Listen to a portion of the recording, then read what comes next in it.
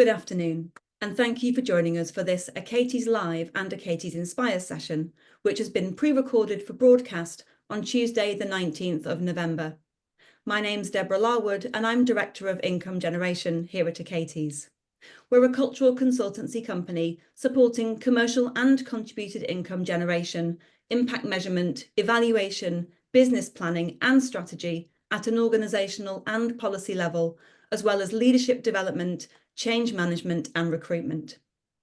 Our session today, The Future of Literature, will focus on the government's Green Consultation paper and will specifically focus on ensuring that the talent represented by the subsidised literature sector, small publishers and literary translators, which is both a vital pipeline for commercial publishing and increasingly the main form of representation for non-commercial work, is not overlooked in this consultation process. We are really delighted to have an eminent and expert panel with us today to discuss this, but I do of course want to acknowledge that we can't represent every voice within the panel. However, this is really a platform to invite your contributions, and there will be details of how you can make those contributions towards the end of today's session. Our first panellist today is Lynn Gaspard. Lynn is the Managing Director and Publisher at the leading independent press, Saki Books. She publishes books presenting a nuanced perspective of the history, culture and politics of the Middle East and North Africa. Books which offer a rigorous reassessment of Arab cultural heritage. Lynn was a trustee of Shubak Festival for 7 years and previously sat on English Pen's Writers in Translation Committee and the M-Fest Expert Advisory Group. She's the editor of the satirical collection Don't Panic, I'm Islamic, a Sunday Times Humour Book of the Year. Hello, welcome to you, Lynn. Hello, thank you for having me. Secondly on our panel today is Peggy Hughes. Peggy has been Chief Executive of the National Centre for Writing since September 2023, and before this was Executive Director across 2020 to 23 and Head of Programmes from 2017 to 22. She's on the board of Age UK Norwich and Open Book Reading and is former chair of Literature Alliance Scotland, which is Scotland's largest network of literary organisations. Peggy's from Northern Ireland and before moving to Norwich worked in literature in Scotland and was made an honorary fellow of the Royal Society of Literature last year, an honour bestowed on individuals who have made a significant contribution to the advancement of literature in the UK. It's really great to have you with us, Peggy. Hi, everyone. Thank you for having me. Sorry, a very loud car just happened. I'm going to mute again. Not at all. And finally, Andrew Kidd, who worked for 20 years in publishing at Penguin and then as the publisher of Picador Macmillan, where he published numerous prize-winning authors. Andrew then moved to literary agenting as the managing director of Aitken Alexander Associates. In 2013, he co-founded the Folio Prize, now known as the Writers' Prize, which he continues to chair. It was the first book prize open to all genres and the first to be overseen by an Academy of Writers. It also runs a celebrated mentorship scheme with the creative writing charity First Story. In 2014, Andrew co-founded Alexi, an award-winning book discovery app, and in 2019, he became CEO of Arvon, the UK's leading creative writing charity. Welcome and thank you for joining us, Andrew. Thanks, Deborah. Very happy to be here. Wonderful. Now, I'll be back with you again towards the end of today's session to share that information on how you can contribute to the consultation. For now, I'm going to hand over to Achates Director Caroline McCormick, who will be chairing today's discussion. Caroline. Thanks so much, Deborah, and hello, everyone. It's a real pleasure to be able to welcome you to this important session on the future of literature and the opportunity to contribute to the Green Paper, the consultation paper on the industrial strategy.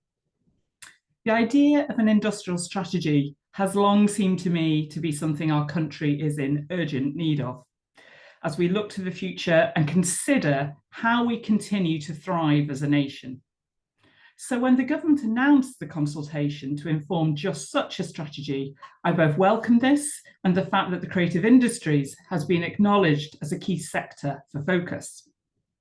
However, the relationship between subsidised and independent cultural organisations and major corporations in particular has become increasingly complex in recent years.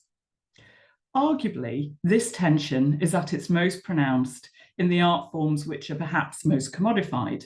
Visual art, which is dominated by collectors and art as an investment, and literature, where the connection between the artwork and commodity is such that the price is literally stamped on the back of the artwork. In thinking where we could nimbly support the sector in this process, we decided to explore if we could play a role in raising the voice of the literature sector, and particularly that of small cultural organisations, including those in receipt of subsidy, smaller publishing houses, and indeed freelancers and sole traders, including literary translators.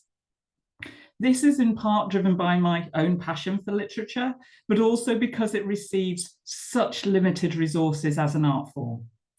But also, whilst these vital organisations and the individuals, and we're very honoured to have three very eminent individuals from the sector with us today, play such an important role in the development of literary talent in all its forms, it is vital to the success of the sector that this less commercial aspect of the ecosystem thrives.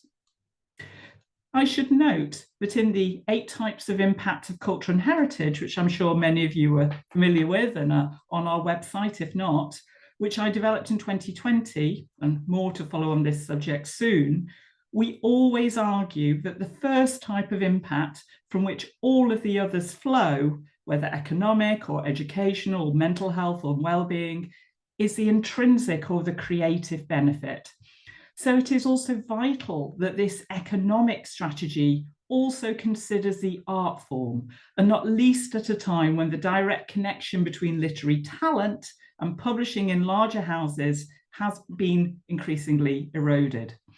So it's vital to the future of literature that the opportunities the strategy enables are inclusive of this aspect of the ecosystem. The Green Paper outlines 33 questions to be addressed in total. Both you and our panelists will be relieved to know that we are not going to try and address them in full today, but we have selected 6 particularly relevant questions to try and address. And I'm going to just run through those now. And please note that, as Deborah has mentioned, we're going to make a formal submission on the basis of both this session and the responses we receive from you, which are provoked by it. Details of how to make your submission to us will be given at the end of the session, so please stay tuned for that. So let's start by looking at the questions we will be exploring in this session and in our subsequent response to the consultation, which we will also publish on our website. So the questions are numbered in the order they are in the Green Consultation paper. So thinking about the subsector within the creative industries, the strengths is the first area we're suggesting we look at. What are the UK strengths and capabilities in this subsector? It's question 5. Question 6, what are the key enablers and barriers to growth in this subsector and how the UK government could address them? Then we'll move on to barriers to growth. What are the most significant barriers to investment? Do they vary across the growth driving sectors? What evidence can we share to illustrate this point? And then we're moving on to the income generation and wider piece here. The UK government currently seeks to support growth through a range of financial instruments, including grants, loans, guarantees and equity. Are there additional instruments of which you have experience in other jurisdictions which could encourage strategic investment? And obviously lots of conversations going on about that at present. There is a little chart 7, included in the report, which is thinking about regionality and hubs. And that chart shows the correlation between GDP per worker and cities. And you can see both UK and international cities illustrated on this chart. So the 2 questions that we thought were particularly pertinent to literature that we should pick up here in this submission are, do we agree with this characterization of clusters? Are there additional characteristics or dimensions of cluster definition strength we should consider, such as the difference between the service and the manufacturing? Interesting to think about that in the literature and publishing ecosystem. and what public and private sector interventions are needed to make strategic industrial sites investment ready. How should we determine which sites across the UK are most critical for unlocking this investment? And knowing there are a number of regional hubs which are particularly thinking about this question from a literature perspective at the present time, I think this is particularly appropriate as a question to pick up on. So thank you, Deborah. That's super. I think we've got our 6 questions that we're going to formulate our conversation around and which we're inviting you to contribute to.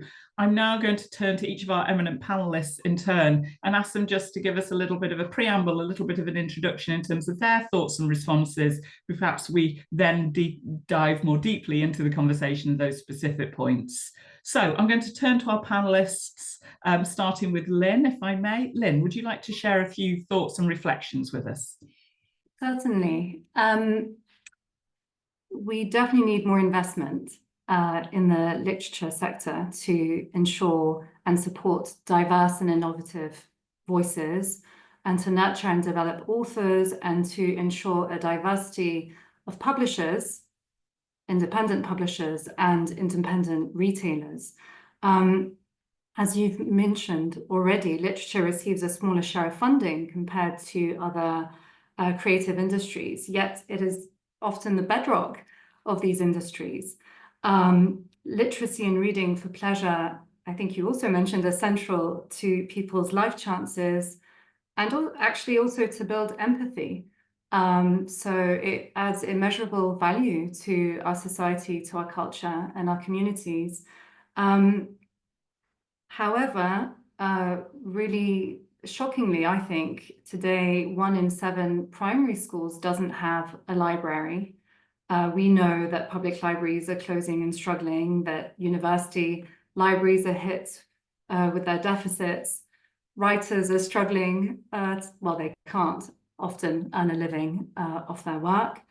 And it is worth remembering and noting that more than 700 independent bookshops have closed since the repeal of the Netbook Agreement in the 90s. I think it's in this conversation, I hope, and I'm sure we'll have an opportunity to compare to other European countries. And I'd like to take a moment just to give this fact, which I think is shocking and mind-blowing, that France, which has the same population size as the UK, has 3.5 times the number of independent bookshops. They have around 3,500. We have just over 1,000 independent bookshops. I think that's a staggering difference.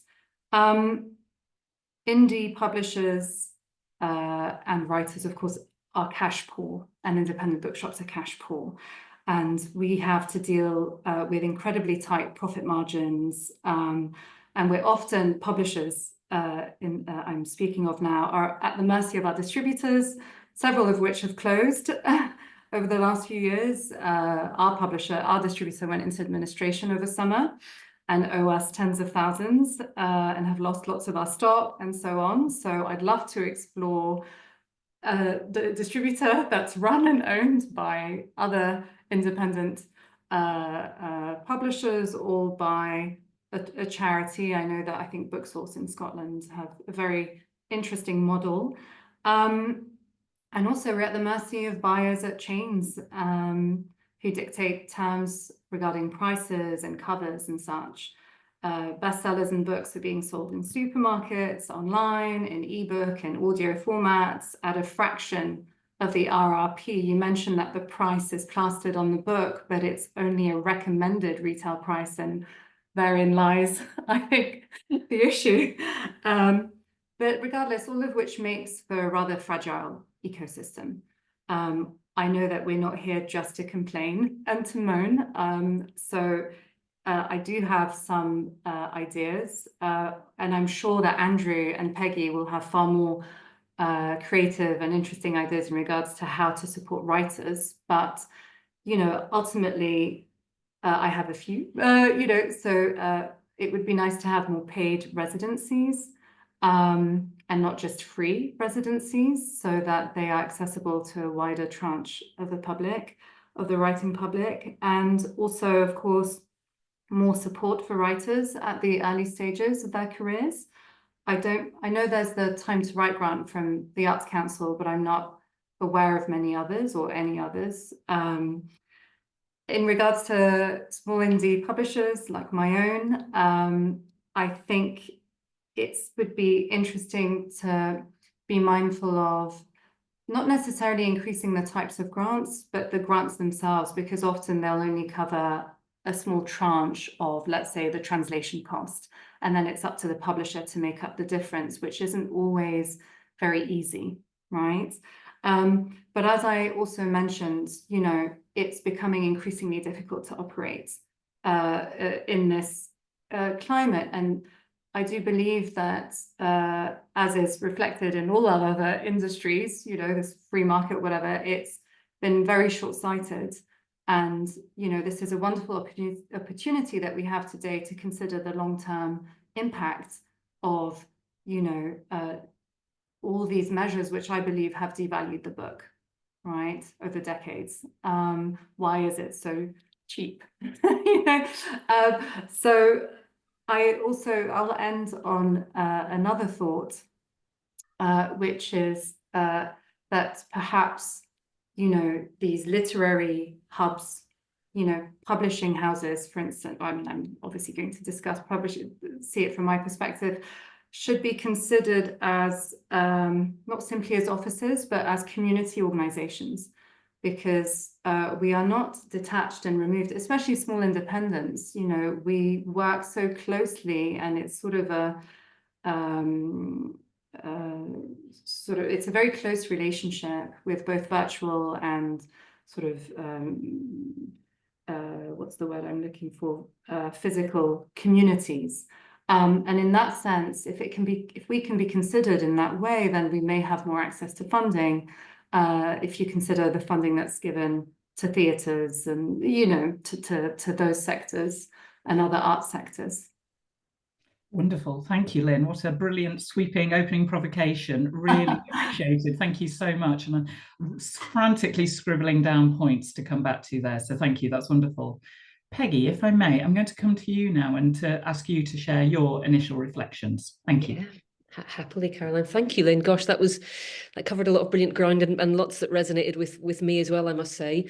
I think on reflecting on this and on the paper, my view is, you know, the shared view is you don't on one hand have the subsidised arts sector and on the other are revenue generating creative industries, you know, that they're part of the same ecosystem and they absolutely fuel each other. I think that this interplay is particularly important in terms of the new government's growth missions around ending regional inequality and driving inclusive growth. And actually, as Lynn already alluded to, when you think about it, literature, magic as it is on its own terms, it's also the DNA and the through line of so many other of the creative disciplines, film, cinema, gaming, theatre. They all start from a blank page somewhere.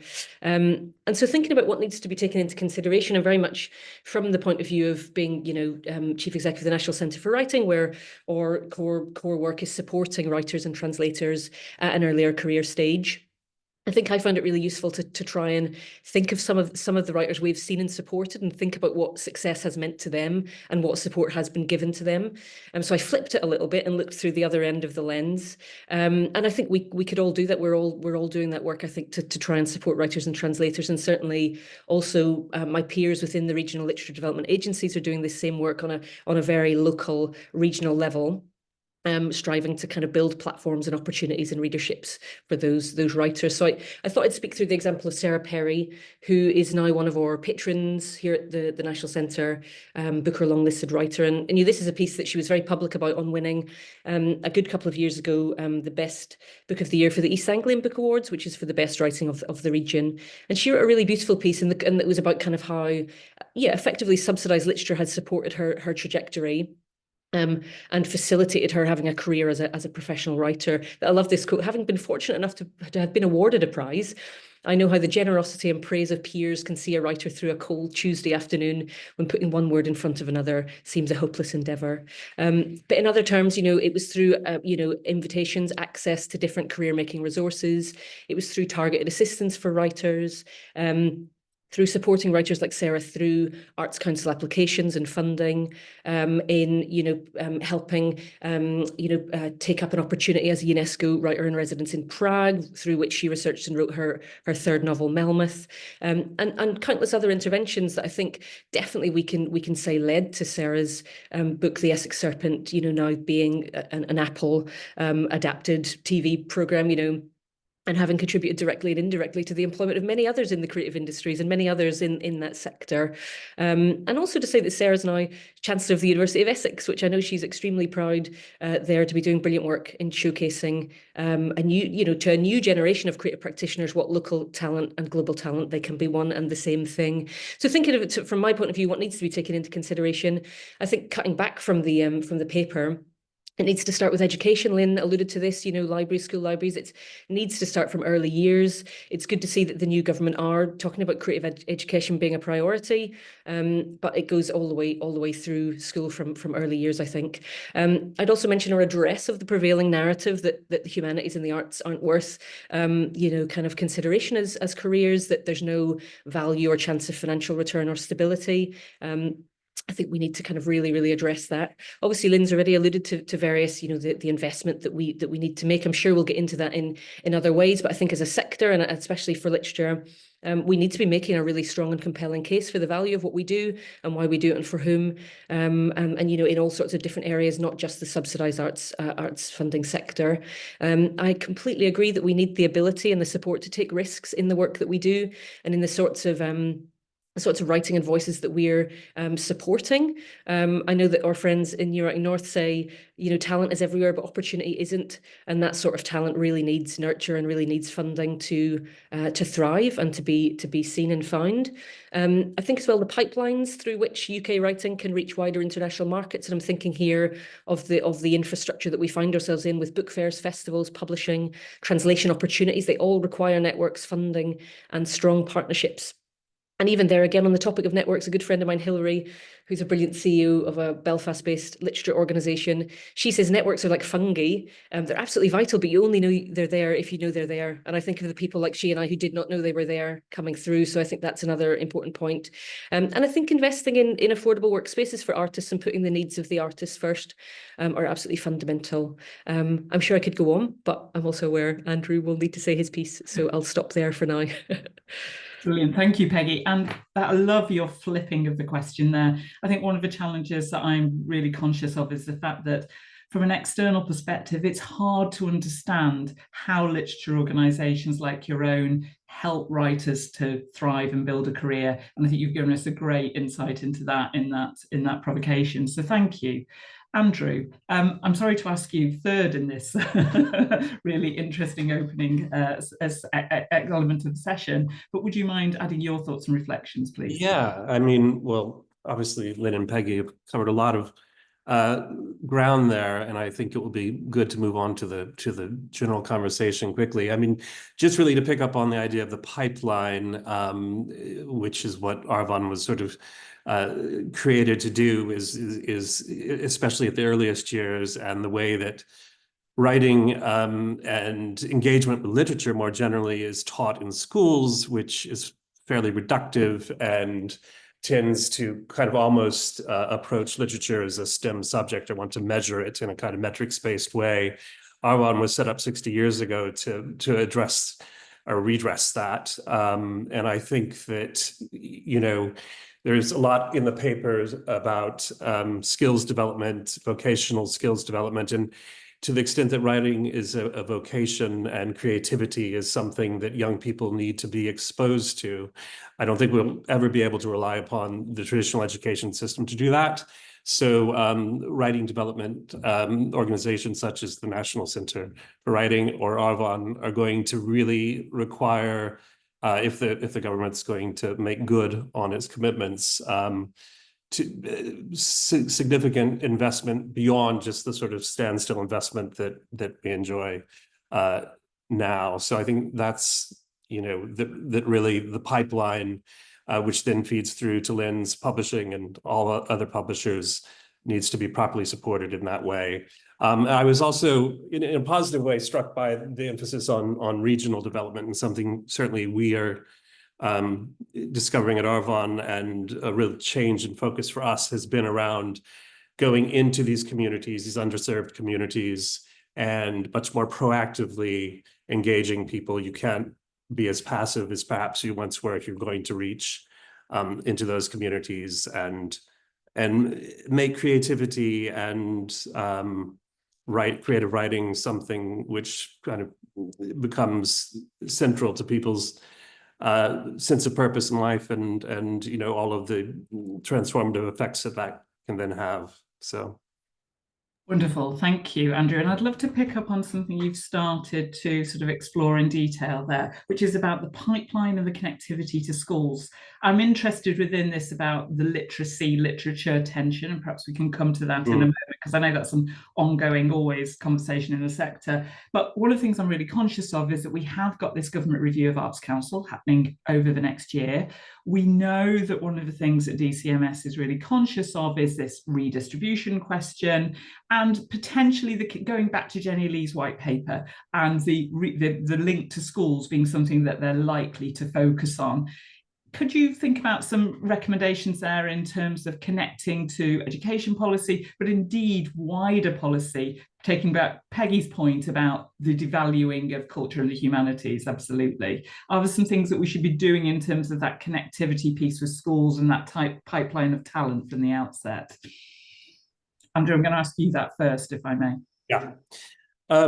Well, yeah, I don't mean to take a cynical view on this, and you know, we bring a lot of schools groups to Arvon, and one of the ideas is that then feeds back. You know, it's a feedback loop with teachers, and that they kind of are reminded of or discover for the first time the importance of creative expression and approaching literature and writing in a different way.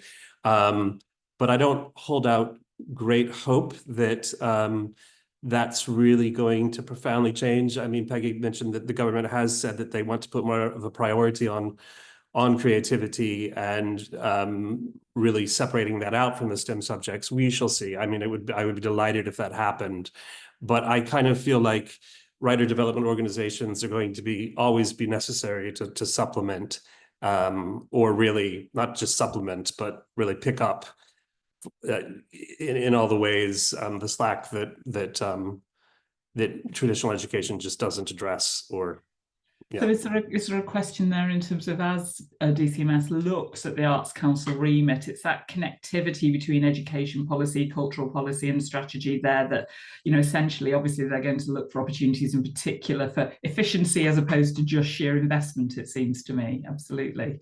Yeah, but I think they also want to measure outcomes in a very sort of concrete way, and the impacts of creative engagement, creative expression are not easily measured in that way, as much as we would like for them to be. So it's having that framework there to support that and enable it. Peggy, did you want to come in on that one as well, and then I'll come to Lynn? Yeah, Caroline. So yeah, it's just some of the points Andrew raised there. I mean, it's where we try to add value is not to replace the literacy piece or to even sort of overtly address it, because so many others are doing a really fantastic job of that. But I think we can all recognize that through creating, you know, a sense of engagement and play and fun with work, you know, kind of being engaged with words at a younger age, you know, it has all sorts of longer term benefits, you know, in terms of confidence, connection, well-being. So that's certainly where we try to add value, both in classroom visits, but also in bringing classes to Dragon Hall, but also in terms of engaging teachers. We've got other programs that work much more closely with teachers on a sort of continuing professional development level around reading and writing as well. So I think we've definitely, I 100% agree, we've definitely got a job to do, Andrew. And it's good to have that reflected back, because I think we do have a lot to do in that area. Yeah, it worries me that it will get pushed down to the literacy piece alone, because that can be seen as the employability piece as opposed to the creativity piece, and that's the tension. And Lynn, bringing this to you, and if I may, bringing back to the point that you very rightly made about the hubs that literature represents being part of the community, is there an opportunity there as well? Yeah, absolutely. I was thinking also about something that Peggy mentioned, which is to, I'm paraphrasing, you know, make a really strong case for creativity and for literature. And I'm thinking also of transparency and of sort of the democratization of literature and of our institutions and foundations. I mean, often we're talking about grants, we're using language that I'm sort of having to concentrate on, okay, what does this mean? You know? And I'm just, it's not always super accessible, you know, and in terms, I'm wondering whether, so firstly, whether there's a way for the industry as a whole to be really clear, have a sort of wide, across all our different institutions, you know, what are the benefits of literature? What is literature? What is creativity? How are you doing it every day already when you're composing a tweet, when you're, you know, rapping, when you're, whatever it is that you're doing, you are being creative, and there are words, there's language. So how can we bring that in? And then how can we make our own processes far more transparent? And this is slightly technical, but it strikes me every time I sign a new agreement with an author or a translator, an already published, a debut, okay, you accept, you don't know how it works, but no one knows how it works. They are on their side, and it's because publishers, for instance, they don't tell them, you know, so your book is retailed, you know, it's £10, let's say.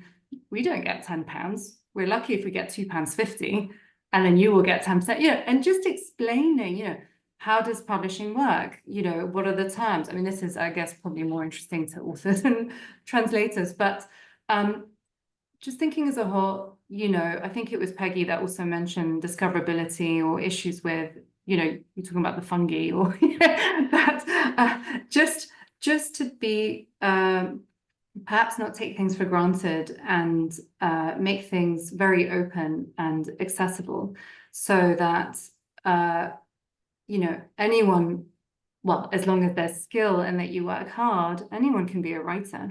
You know, everyone should have access to a book, for goodness sake. You know, and we know the impact that having a book at home will have, you know, on children and on literacy.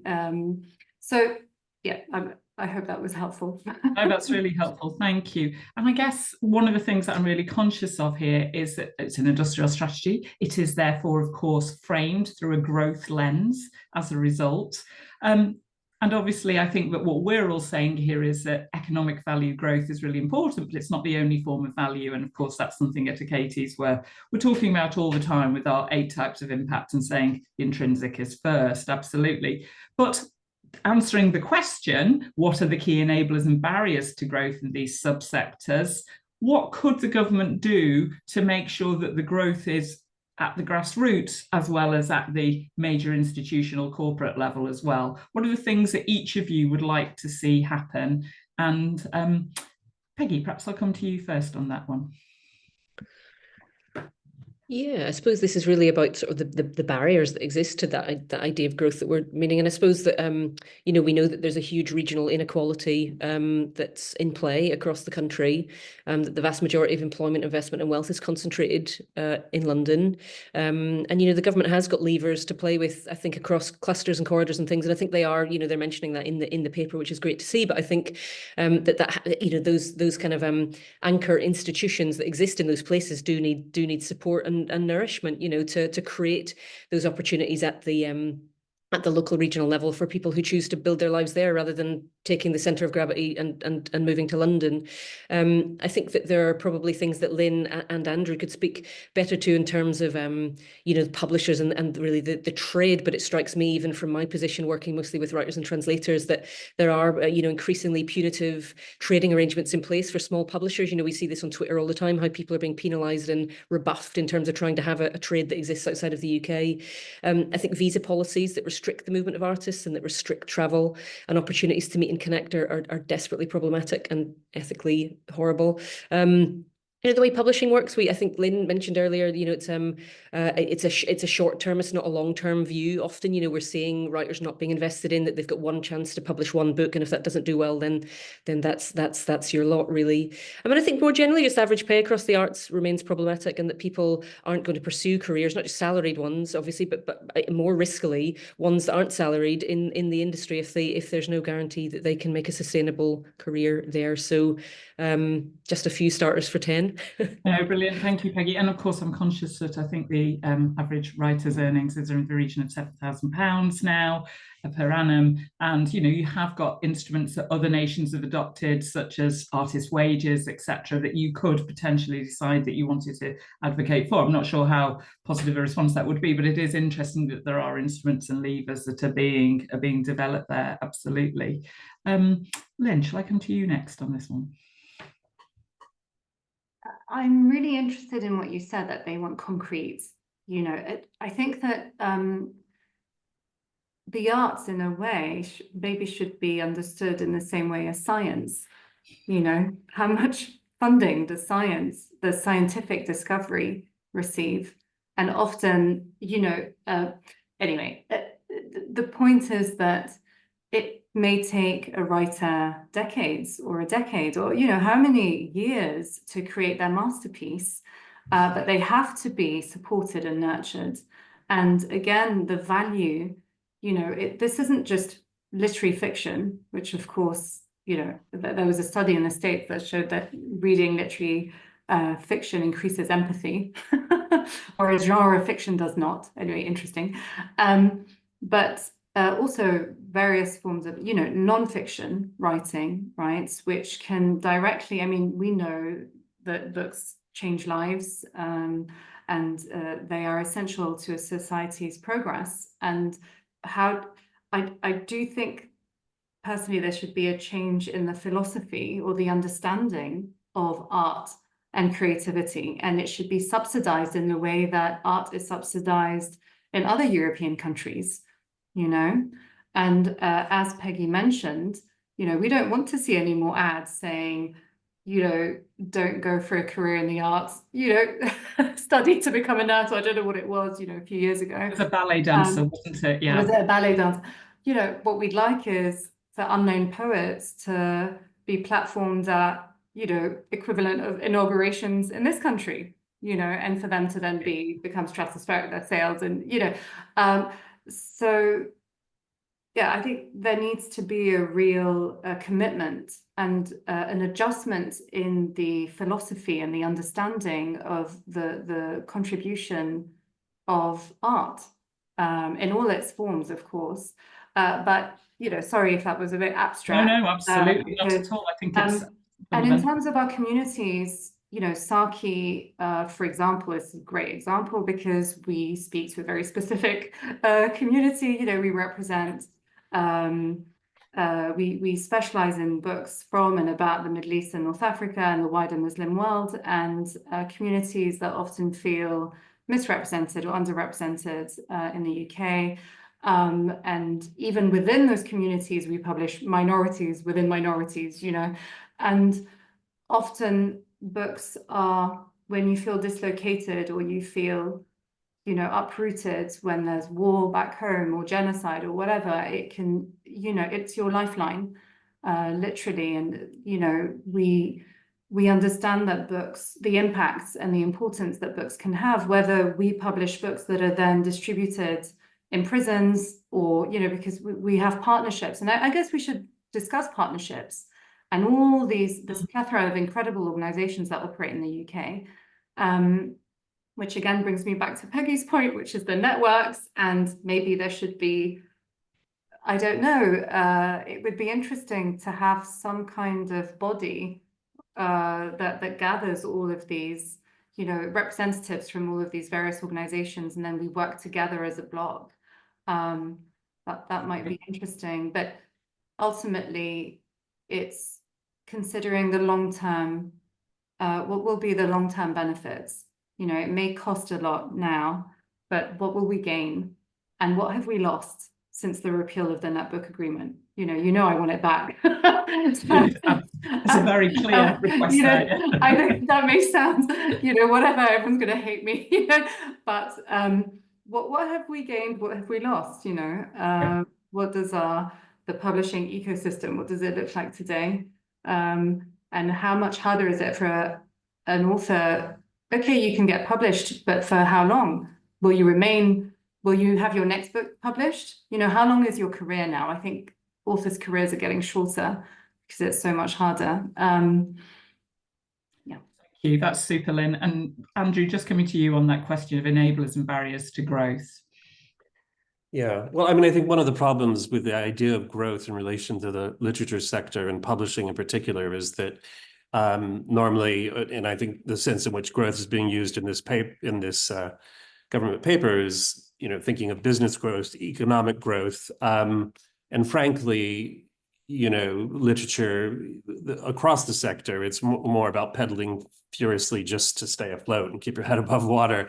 So I think that the ways in which we think of growth should be more abstract measures, or not even abstract, but just not economically focused. So the growth of talent, obviously, and that requires the maintenance of talent, as Peggy and Lynn have both, and in ongoing support of it, so that writers aren't dropped after their first book and so forth. But by the same token, at much earlier stages, how do we encourage young people to consider writing as an alternative path for their lives? And then the growth of impact, that, especially around community impact, and the ways in which, again, it's mentioned a few times, empathy, but the other ways in which, I mean, the young people who come on courses at Argonne, for many of them, the whole idea of that they might have a voice, they might have a story to tell that people might want to hear, is completely alien to them, and it's a revelation. And so there's very basic work that we have to do around growth of awareness, and then growth of support, growth of impact, rather than even business. Great point, Andrew, about the self-expression and the need and the importance of that, and how a healthy society is absolutely contingent upon it. Okay, I'm going to dig a little deeper, and I'm going to come to the question of really specific instruments that could be used, which might be grants, loans, where, for example, in touring, whether it's theatre or dance at the present time, see Arts Council England have its first repayable grants. So touring grants that are repayable once something's successful. Are there things that are on your wish list in terms of instruments that you would really like to see? So this may be to do with AI or venture capital, repayable grants, etc. Tell me what you'd like to see in the paper in terms of systems and mechanisms. And Andrew, I'm going to come to you first on this one. Yeah, that's interesting. I've been thinking about this. It's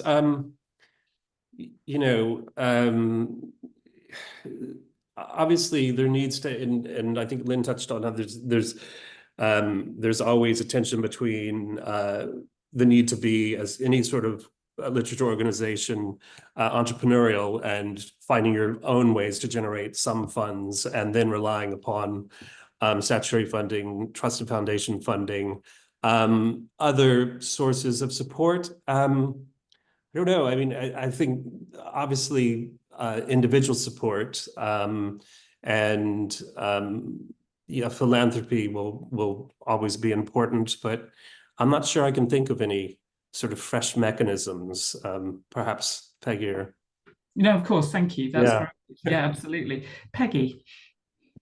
Yeah, following Andrew, I mean, I think it's the $1 million question, quite literally, isn't it? Sort of what is our sector? What is our NT Live? Basically, how can we kind of mobilize something on scale like that? I think interesting to see Arts Council's incentivizing touring scheme launched last week. I don't think there's a magic wand to think that's how we would replicate that in our sector, but it was an interesting model, I thought, where to say that it's to take some of the risk away from touring and to increase confidence and leverage some other investment for anyone who didn't see that. So that's, I think, interesting to see Arts Council supporting that kind of new thinking, for sure.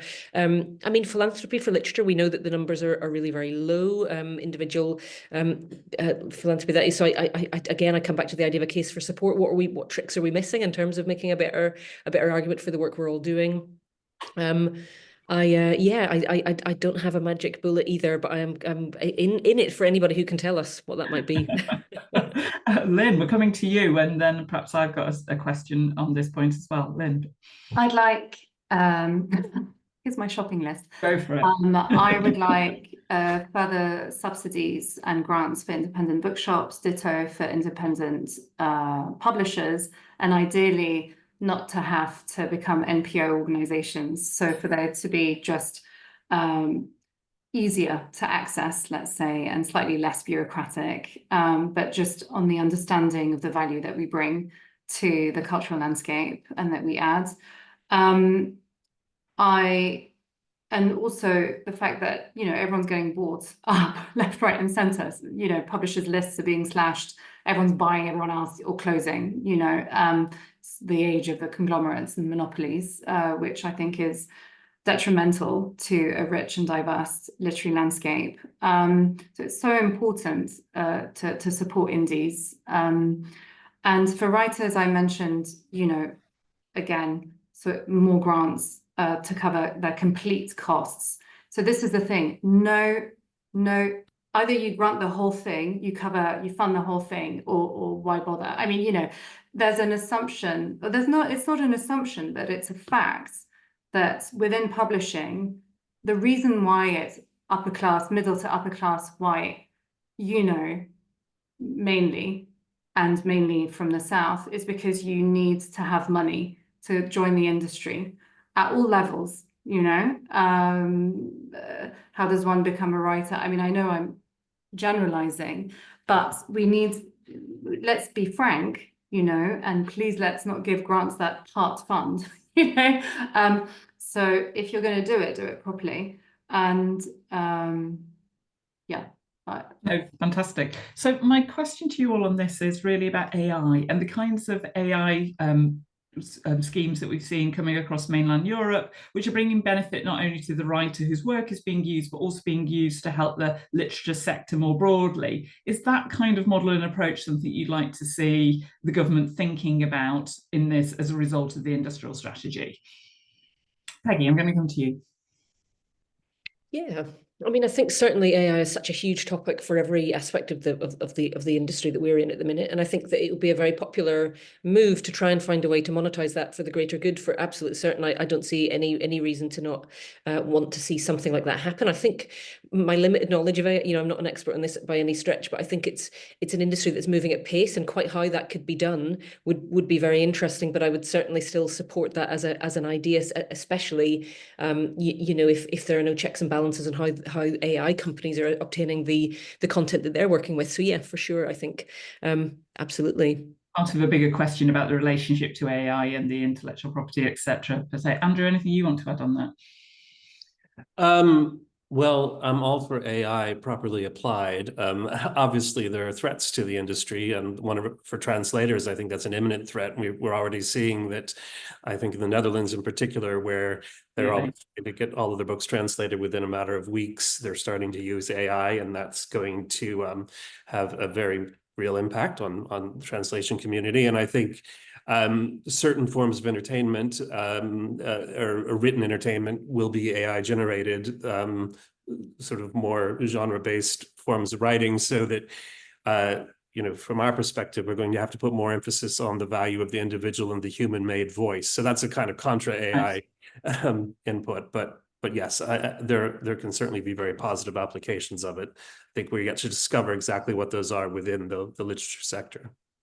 Fantastic, thank you. Lynn, anything you would like to add? I mean, it sounds like you'd like to see, if there were a levy of this kind, it benefiting the writers, but also the wider sector, including the bookshops as well as the publishers as well, so that ecosystem broadly. Yeah, I mean, at the moment, I'm not clear on what the benefits would be, and I'm cautious and worried, actually. And it's, as Andrew mentioned, translators would be affecting that, authors, obviously, ourselves, but also designers. I mean, it's at so many levels. I think there would need to be really careful research undertaken, and I am worried, to put it mildly, at how quickly publishers are jumping in, again, without considering long-term effects and impact to the industry and to their authors. Copyright for us, it's everything. You don't ever give away your copyright without fully understanding the long-term impact. I mean, that's my view, but as Peggy said, I'm also not an expert, but it does, I would like to take time to consider the long-term impacts. So maybe there's a sort of piece on that in terms of thinking about not just a levy in isolation, but thinking about that relationship with AI more broadly, and a little bit of a task force reflection group that's thinking about a measure that isn't just simply saying, well, we're going to get money from it, therefore it's okay as a levy, but actually what the regulations and stipulations. I think that would be a really concrete suggestion that could be made there. No, look, forgive me, but ebook didn't kill the physical book. No. But did it devalue the book? Did it help? Did it contribute in us believing in our culture that books should be really cheap or free?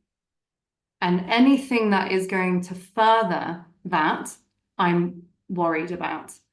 You know, why are novels in France £20 and they're, you know, £9.99 now here or whatever? It's, you know, it's worth considering.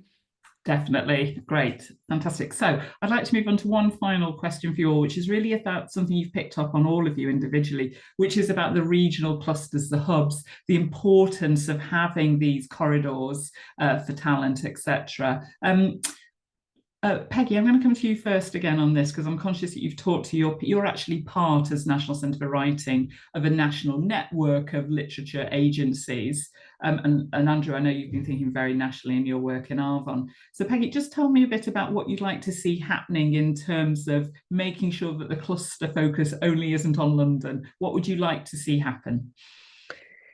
I think I'd be through the mud somewhere if I also didn't point out that I'm Northern Irish and was forged professionally in Scotland. So I'm not just speaking to maybe the idea of the region, but also the wider, just apart from Wales. Haven't covered that yet. But I think, you know, it's fair to say that different sort of types of support are absolutely essential depending on the region in question. And certainly while we say of Norwich, we're rooted in Norwich, but open to the world in respect of the fact that a lot of our programmes are in partnership beyond even the UK. We are part of a regional literature development network of other agencies that cover England, and they're all doing amazing work in their many and various local areas. You know, New Writing North, as an example, you know, are pursuing the idea of a centre for writing themselves, a physical space in a hub, which would be amazing if that comes to be. Ditto in Leeds, there's the idea of the National Poetry Centre, which I think would also give such an amazing anchor focus to that area for poetry and for the creation of poetry, the enjoyment, the learning, the sharing and broadcasting. I mean, those, I think it's certainly having a physical hub, although that's not the only way of doing it. But in the case of what we have here, and circling back on something Lynn said about having a community-minded, you know, kind of a space and a resource for the local community as well as for writers and visiting people. I mean, it's such a huge and amazing asset for the creation and the dissemination of work. So I think that I guess the government need to, and it sounds like they're doing that in concert, not just beyond England, across the UK, that is. But I think it's so important that they're speaking to the various reps of those regional, you know, in our case, literature, but in other clusters and sectors as well, because their needs will be many and different, and they alone best know what their local areas and communities and artists really need to thrive. So I think I'm hopeful that is work that's being done, because I think it will come in all sorts of different shapes and sizes. And I'll be honest and say, I think it's exactly one of the reasons why we wanted to host this platform today, is because we're really conscious that in this process, it probably isn't being done. There isn't probably a process. So yeah, I think we very much hope to hear from many of those partners through this process. Thank you, Peggy. Andrew, I'm going to come to you next, if I may, on this one, because I know you've got this national remit at Arvon. Yeah, we do, and we've never actually operated out of London. You know, our three houses, one is in the southwest, which has been identified as a region of sort of that is culturally underserved. One is in West Midlands, which was mentioned in the paper as a priority area, and then the other is in West Yorkshire. And picking up on what Peggy said about the North and those two projects, we're doing this major redevelopment of our Northern Writing House, Lumbank, and when it reopens, we will be launching this program called Arvon North, which is very much about engaging with the community, the local community within the Calder Valley, but then beyond that, the North as a whole, and bringing people to the house in a new way, creating a kind of cultural literature hub, so that it's not just about running our discrete writing retreats, but really engaging people on the ground. I think it's become ever more evident that if we don't do that, the danger is that all the people coming on our courses to these regions are coming from the Southeast, as it were. So, Yeah. And that's a big sea change for Arvon, but it's nice to see that decision is reflected also in some of the priorities that are spelled out in the paper. And I think also the way that the industry is finally recognizing, and a number of publishers have opened up regional offices and so on, and maybe some of that might be seen as tokenistic, but I don't think it is as a whole. And we've also seen regional independent publishers thriving in a way perhaps historically they didn't, or if not thriving, at least having an impact in a way they didn't historically. So it's great to see that opening up. Great. Thank you, Andrew. That's super helpful. And then, of course, you're thinking about communities of geography, but you're also thinking about communities of interest, if I may. So people who are interested in a specific issue, cause, etc. And you've already mentioned your idea about the importance of the community that sits around these organisations. Could you share your thoughts on this point? I think the idea that there could be funding for tours across the UK would be wonderful. I mean, we do apply for funding from various bodies to fund tours, or we work with local, but it's an incredibly tiring and time-consuming task.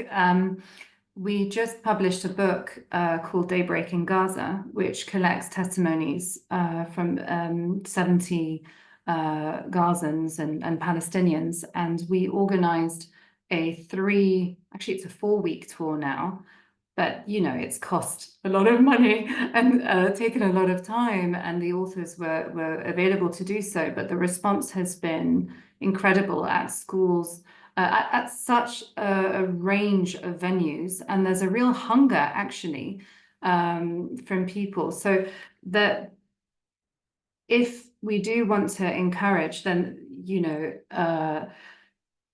a closeness, if we want to close that gap between sort of the privilege between quote marks, elitist,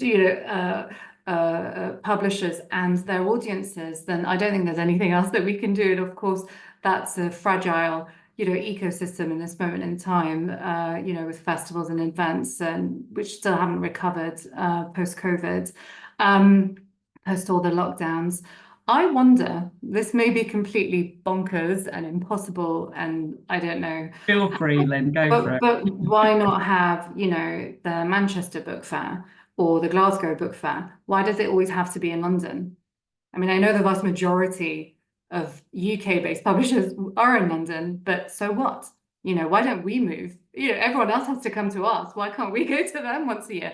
But and frankly, we're all willing to travel to Frankfurt or wherever anyway. So, That's right. And also, think of what there must be a number, what does it do to the economy that, for tens of thousands of international publishers, distributors, agents, descending on London, what does that equal? And so if we can do that for other cities across the UK, why does it have to be the London Book Fair?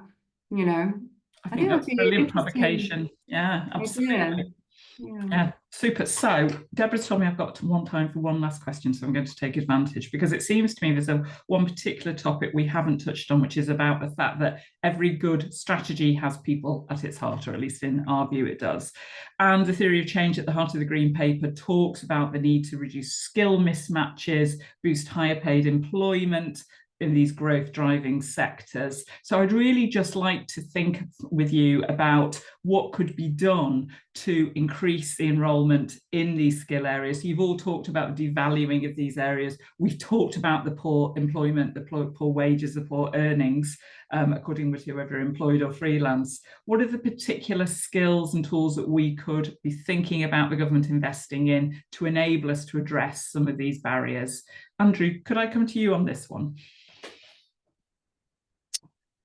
Yeah, I mean, well, I think I earlier was talking about the importance of vocational skills development and how the development of creative skills is something that exists largely outside the traditional educational framework or sector. So I think continuing support of that, how that then translates into kind of viable career path for people who decide they want to make, writing that path. It's harder to say because, I mean, obviously, some writers go on to work in the film or theater and in sectors where, well, actually even there, they're hard pressed right now and financially really struggling as much probably as the literature sector is. But I think that writers will always rely upon some degree of subsidy, or many of them teach, and one has to be realistic about that. So, but it's more about again the abstract impacts of and how one's life as an individual, but then on a community basis, can be enriched by choosing that path, which is not going to enrich you in the same way, but may make your life much richer in other ways. So that's a slightly wishy-washy answer, but no, not at all. I think it's a tricky one. It's a tricky one, yeah. Absolutely. I mean, it's interesting. I'm conscious of, for example, the Royal Literary Fund and the way it works with writers to help use their skills to earn a living, etc., and whether there are schemes such as that could be, which is great, but that really mainly exists for writers when they're in moments of acute crisis, and yes, ways that writers could avoid that, reaching that point, it's trickier. Great to see some of that. Yeah, no, absolutely. Thank you, Peggy, on this one, but then I'll ask Lynn for her comments. Yeah, good points by Andrew. I mean, I think the work a lot of the regional literature development agencies are doing is in the sort of harder skills that enable people to then have, kind of careers in teaching settings or in well-being spaces or whatever. So some of the things that I think would be good to see more of that, kind of funded work.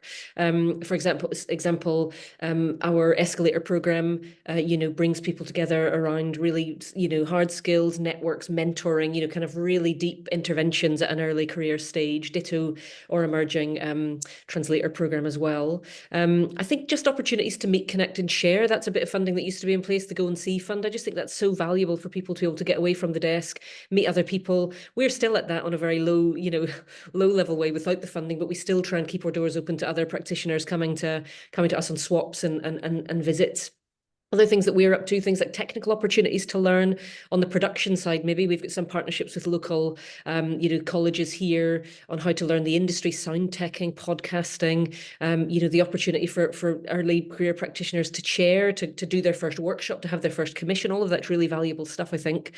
Circling back on something Lynn said, just making jobs in the sector more transparent. I mean, if you cannot see it in your own home context, you simply will find it harder to be that thing. So I think that we take quite seriously that responsibility to speak with young people in the region about what it is to be on both sides of that, in our side of the sector, kind of producing, but also what it is to be a creative and to be a writer and a programmer and all of those things.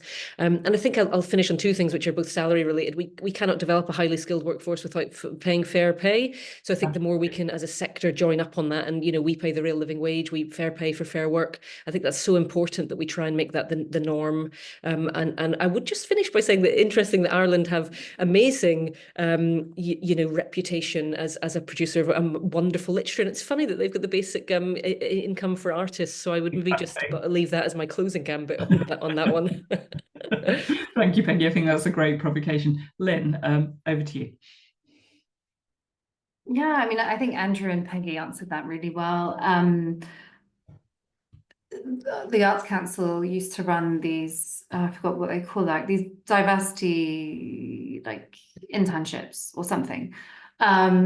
And we were sort of partners with them on that over 4 years. But I remember thinking it was quite frustrating to me that it was limited to ethnic minorities as opposed to also, taking. I remember this person wrote to me, this was like a decade or more ago, and said, I'm not, from an ethnic minority, but I'm white class from Liverpool. Can I apply? And I was like, no. Intersectionally diverse, absolutely. And so it'd be lovely to have more schemes like that. And so again, it's touching what Peggy just said, openness and transparency, and having a mentorship scheme and saying, sort of how-to classes. This is how you launch a publishing house. This is a day in the life of a publisher. This is what publishing means. This is what, and so on.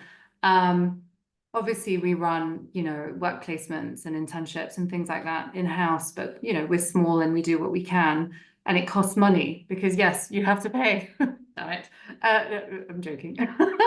But, it would be wonderful for there to be more schemes along those lines. Do you think that's the kind of thing that the government should be saying to the publishers, that they should be having to do that then?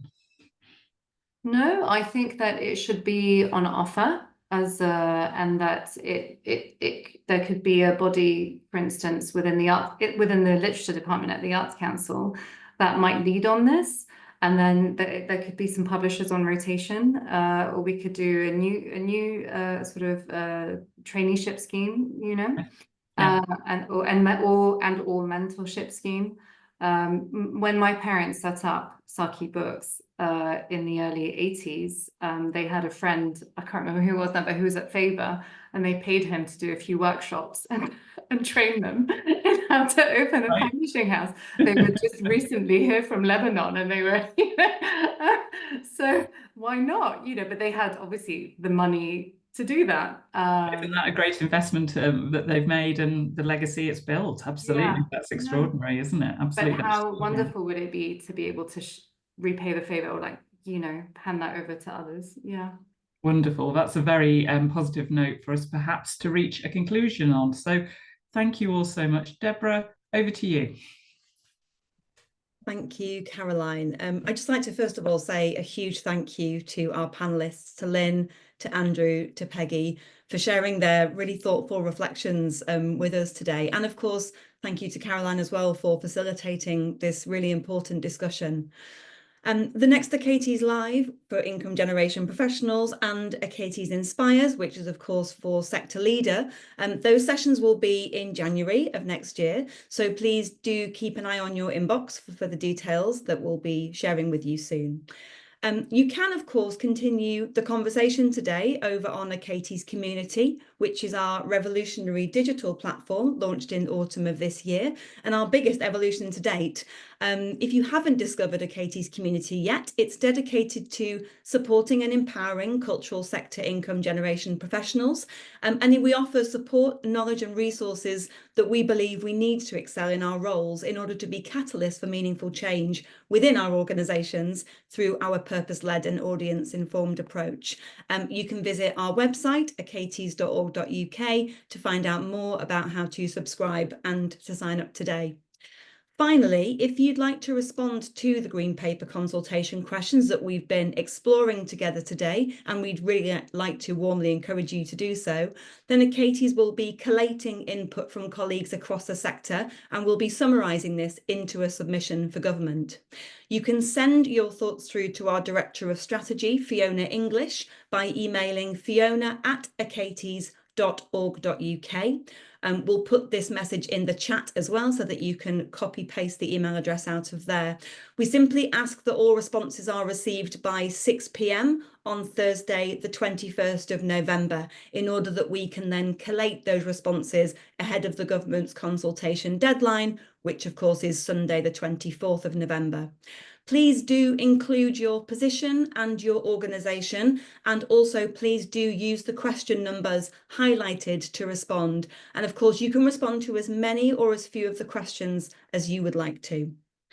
That's all for today. I'd just like to say thank you so much again for joining us, and we look forward to seeing you soon. Bye for now.